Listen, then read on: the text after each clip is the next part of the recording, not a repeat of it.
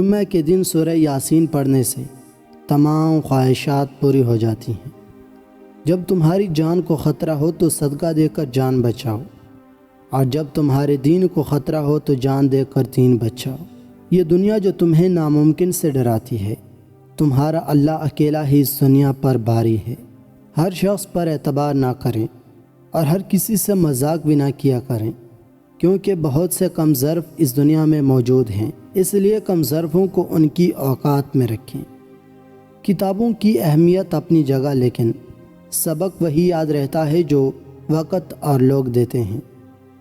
کچھ باتیں سمجھانے سے نہیں، خود پر بیت جانے سے ہی سمجھ میں آتی ہیں۔ کچھ رشتے اللہ تعالیٰ خود ختم کر دیتا ہے تاکہ ہماری زندگی خراب نہ ہو۔ بے شک اللہ جو کرتا ہے بہتر کرتا ہے۔ قانون سب کے لیے برابر ہے، یہ دنیا کا سب سے بڑا جھوٹ ہے۔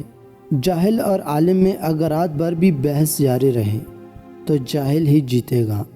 غصے کے وقت برداشت کا ایک لمحہ تمہیں 1000 دفعہ شرمندہ ہونے سے بچا سکتا ہے۔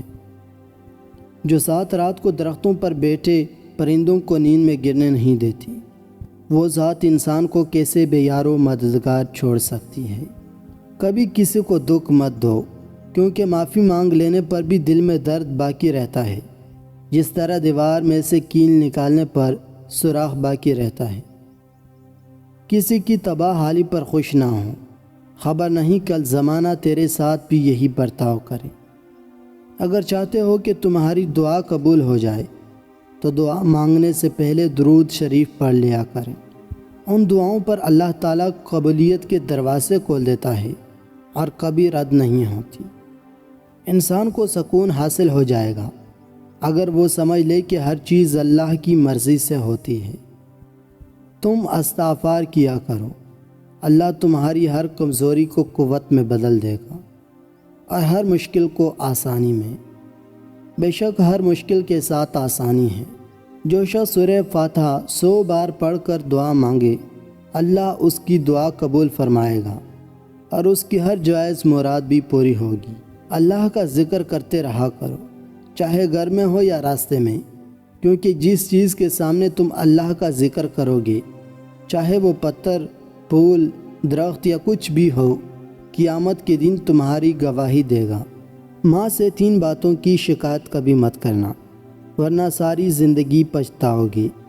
ماں یہ وہ ہستی ہے کہ جس کے قدموں تلے جنت ہے، مگر ہم اکثر غصے، نادانی یا خود غرضی میں کچھ ایسی شکایتیں کر بیٹھتے ہیں کہ جن کا پچھتاوا پوری زندگی رلاتا ہے۔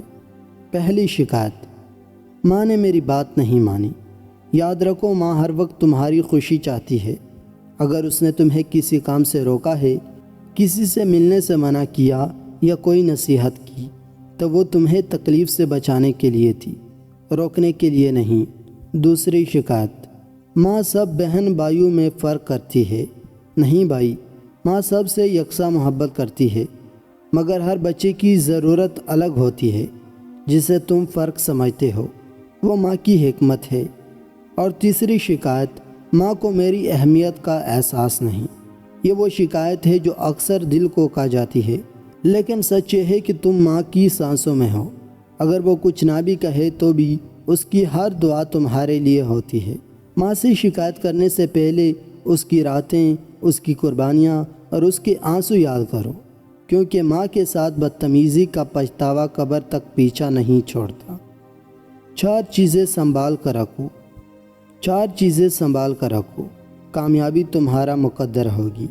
دنیا میں ہر انسان کامیاب ہونا چاہتا ہے، لیکن بہت کم لوگ وہ بنیادی چیزیں سنبھال پاتے ہیں جو کامیابی کی بنیاد ہے۔ پہلی چیز، اپنا وقت۔ وقت سب سے قیمتی دولت ہے۔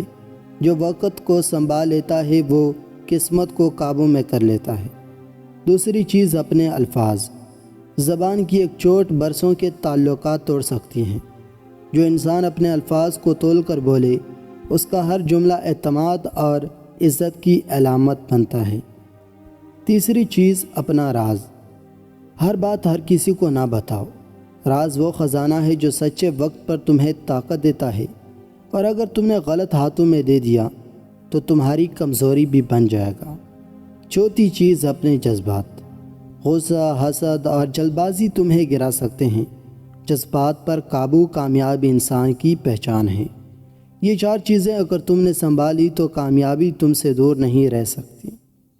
4 عادتیں انسان کے دماغ کو کمزور کر دیتی ہیں۔ دماغ انسان کا سب سے قیمتی ہتھیار ہے، مگر کچھ عادتیں ایسی ہیں جو اس ہتھیار کو کند کر دیتی ہیں۔ پہلی عادت ہر وقت اسکرین پر لگے رہنا۔ موبائل، لیپ ٹاپ یا ٹی وی کے آگے گھنٹوں بیٹھنے سے دماغ سست اور کمزور ہوتا ہے۔ یادداشت کمزور ہونے لگتی ہیں، سوچنے کی صلاحیت مانند پڑ جاتی ہے۔ دوسری عادت منفی سوچ۔ جو ہر بات میں منفی پہلو دیکھتا ہے اس کا دماغ ترقی کی طرف بڑھنا بند کر دیتا ہے۔ سوچ منفی ہو تو فیصلہ بھی کمزور ہوتا ہے۔ تیسری عادت سست طرز زندگی۔ جسم کو حرکت نہ دینا، روزمرہ کوئی جسمانی سرگرمی نہ کرنا دماغ کو بھی سست کر دیتا ہے، کیونکہ جسم اور دماغ کا گہرا رابطہ ہوتا ہے۔ چوتھی عادت غیر ضروری بحثیں اور جھگڑے۔ ایسی باتوں میں وقت اور دماغ کا ضائع کرنا انسان کی قوت فہم کو کمزور کر دیتا ہے۔ دانش مند وہی ہوتا ہے جو خاموشی کو طاقت سمجھتا ہے، اور اگر ان 4 عادتوں سے بچ گئے تو دماغ تمہارا غلام بن جائے گا اور دنیا تمہارے لیے آسان ہو جائے گی۔